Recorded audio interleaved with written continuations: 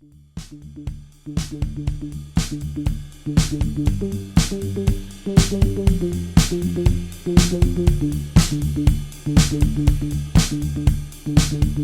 everybody, and welcome to episode 5 of Speaker Stories. Today, I'm joined by Dr. Glenn Sharman, who's the Associate Professor of Sedimentary Geology and Stratigraphy and Petroleum Geology at the University of Arkansas. Dr. Sharman received his PhD from Stanford University in 2014 and then joined ConocoPhillips in Houston as an exploration geologist.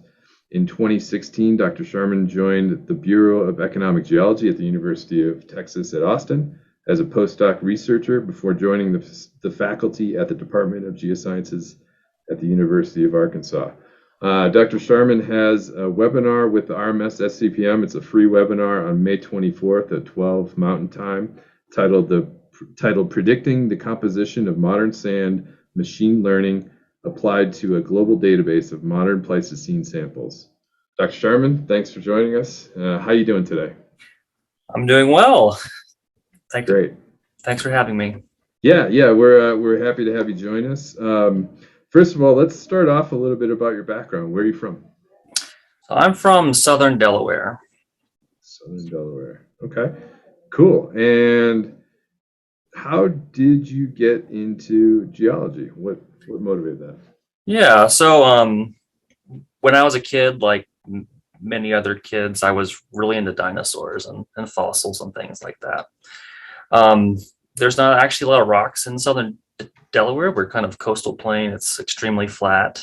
But my family would take summer vacations out west pretty often. And I've got some really fond memories of going to Colorado and elsewhere and collecting fossils. And I think that really captured my imagination at sort of a young age. I kind of grew out of that a little bit, like a lot of children do as they grow older, but I've always really liked math and science and also history. And when I was a senior in high school, my dad got me John McPhee's Annals of the Former World, which is a compilation of 5 of his books. Yeah. And so I sort of read through that when I was a senior, and that sort of cemented my interest in geology and kind of kicked me down that path. So did you go into college knowing that you wanted to be into geology, or was it something that blossomed in your schooling? Yeah, no, I knew I wanted to be a geology major when I entered as a freshman, partly from reading that book and just really being interested in sort of science and yeah. Where did you do your undergraduate work? So I went to Wheaton College, which is a small liberal arts type school outside of Chicago. Oh, okay. And did they have graduate students at Wheaton, or were you an undergraduate researcher? Or? Yeah, it's only at least in the sciences, it's undergrad only there. Okay. And so did you do undergraduate research as a? Yeah. I had an opportunity to work on a few different projects. We didn't have a senior thesis, but I sort of got my feet wet in a few different things. Probably the biggest project was with a professor who had an NSF grant at the time to study sort of glacial hydrology in the Great Lakes area. So we were combining models of land deformation, the isostatic rebound of the land surface and how that affected the glacial lakes that were forming and river networks and that kind of thing. So that was a focus for one of my summers. And then I also got to work on a couple projects with a professor who did more on the sedimentary geology and paleontology side of things. Yeah. Okay, cool. And then, so did you go from undergraduate right to your PhD at Stanford? I actually didn't. I took a year off and I worked in environmental consulting. So I joined a firm in downtown Chicago that was called Environ at the time, and I worked downtown for about a year and change before going on to grad school. Wow, what was that like? What did that? What kind of work were you doing? So it was a lot of remediation work. I did a lot of field work, projects that would be small, like we'd go out to, uh, a side of a former gas station or laundry cleaner. Did a lot of soil borings, a lot of groundwater well sampling. I also got to work on several Superfund sites. So those are more large, long-term types of projects. Did water and air sampling and a lot of soil describing and groundwater sampling and that kind of thing. Okay, cool. And then, so then you go and get your PhD, or you start at Stanford. What did you have an idea of the kind of project you wanted to do, or did it kind of grow, or what? Yeah, I think my interests were fairly broad. I at one point I was really interested in paleontology, but at some point that began to sort of switch towards sedimentary geology more generally.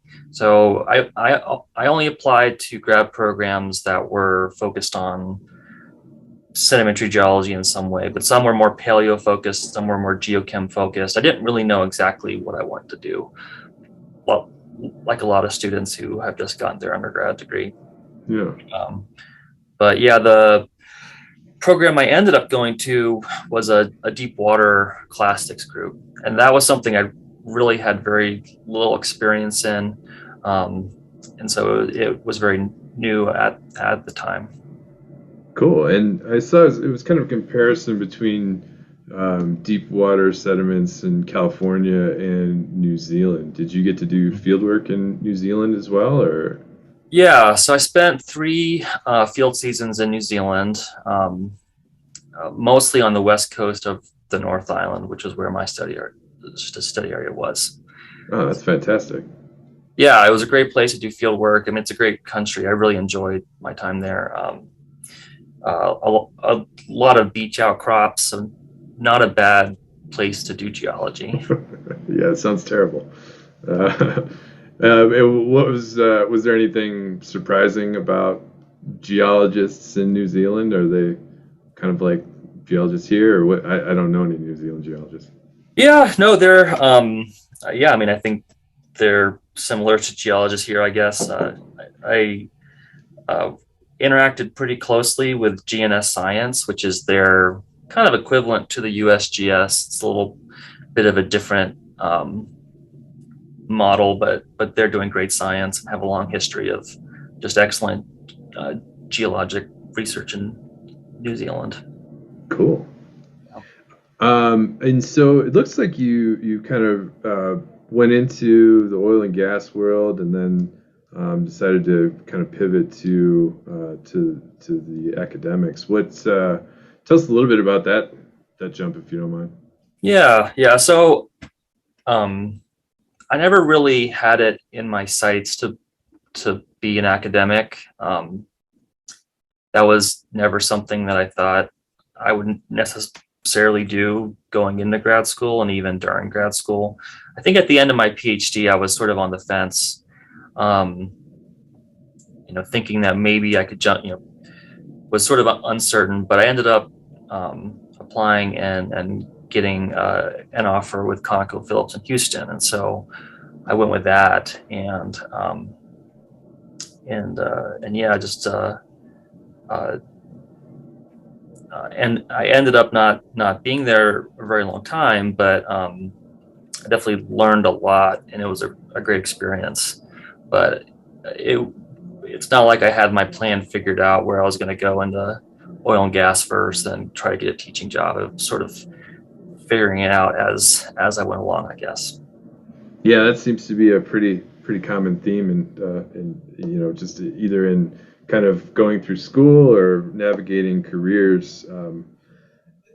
How did you have any career mentors that helped you out with that, or how did you tackle some of those decisions? Yeah, so in terms of career mentors, my PhD advisor, Steve Graham, was a really strong mentor. And so he was definitely very influential in like during my PhD years and the years afterwards. I had a different set of mentors like ConocoPhillips, folks that sort of taught me a lot about the business, and I definitely benefited a lot from those mentors.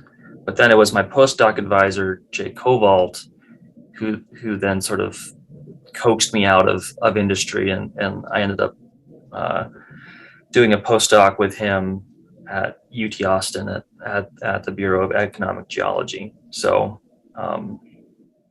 yeah, and then he has been an important scientific mentor and help me make that transition from oil and gas back into academics. Awesome. Well, good. And what fascinates you about geology? What keeps you coming back to it? Yeah, it's just it's kind of everything, really. I've always just found it to be a fascinating topic. The complexity of natural systems, and how as much as we learn, there's always just so much more to learn.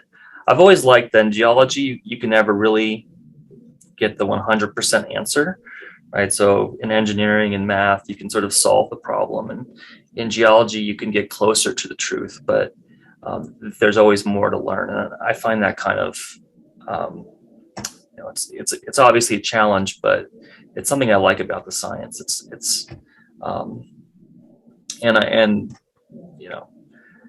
I'm always learning new things. The more you learn, the more you realize that you really know very little in my process. And so, it's a constantly humbling process of learning what you don't know, and then getting to sort of increase your knowledge bit by bit is very satisfying. Yeah. We my group just went to some outcrops recently, and when we think back on kind of what we're doing with well logs in our area, every mile or so, and then you spend a few minutes on an outcrop and look at millimeter scale laminations and all the detail. It's a bit humbling on how little we know. Anyway, that's great. And what do you like to do for fun? I tend to go through different hobbies at different times, but one that's been pretty constant is woodworking. I enjoy that quite a bit. And since moving to Arkansas, I finally had space to actually build up a wood shop in my garage. So that's been a kind of a longer term hobby, something that I can do. And again, it's a challenge, but at the end of the day, you end up producing things that are hopefully useful to yourself or someone else, and that's something that I've enjoyed quite a bit. Cool. Do you have a favorite wood piece that you've made? Yeah. So I have to say, I made our dining table a couple years ago, and I think it turned out pretty well, and it's something that we use not quite every day, but quite often. And it's not perfect. I can see the flaws, and I understand them, but it's still standing. I think it's a decent piece of work, and it's also very practical. We never had a nice dining table, and now we've got something that we can invite friends over and be able to sit more than 4 people at a time. So that's really cool. Yeah. Do you still get into paleontology? You ever go on road trips, like looking for fossils or anything? Or? Yeah, well, it's funny. I've started to work with paleontologists in some of my research, but I think I knew more about dinosaurs when I was 9 than I do now. And so I haven't totally I am not a paleontologist by any stretch of the imagination, but I have really enjoyed getting to interact with people who are actually paleontologists and getting to work with them on projects that overlap between those disciplines has been a lot of fun. Great. Okay, well, and coming up May 24th, as I said in the beginning, you've got a webinar with the RMS-SEPM. It's free. Feel free to log into our website and register. The title again is Predicting the Composition of Modern Sand, Machine Learning Applied to a Global Database of Modern Pleistocene Samples. Did you want to give a preview of what we can expect? Yeah, so it's the talk I'm going to give is really based off of the work of a master's student, Isaac Johnson, who just graduated last December. And it was a project that was born out of a collaboration with Chevron. And it's kind of a new direction for my research group, but I'm very excited about what we have produced and some of the insights that have come from that. So it's going to be big scale, big picture. We're going to talk a lot about what makes up sand and the various factors that control that, and then look at some global predictions for what sand is made up in modern river systems.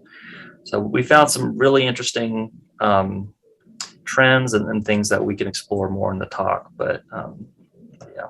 Awesome. Well, we look forward to it. And again, you can go to rmssepm.org, find out even more about the talk and register. Our webinars are always free. And Dr. Sharman, thanks so much for being here. And we look forward to seeing you again soon. All right. Well, thank you. All right. Have a good day.